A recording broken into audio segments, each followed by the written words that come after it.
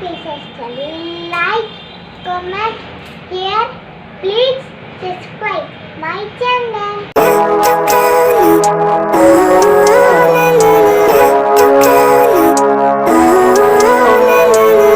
Living life, everyday, late at night, not okay. All I want, and I pray, all I need are some better days. Fuck me, I'm looking in the mirror, so foggy, but I've never seen clearer. I don't really think anyone can save me, and honestly I'm not really sure I want saving. I like to be my own worst enemy. There's no risk if you don't try at anything, so I'ma just keep buying everything. See you in the next life, have to be a better me. I don't think that my head's on straight, gotta flip it and grip it and go and get an x-ray.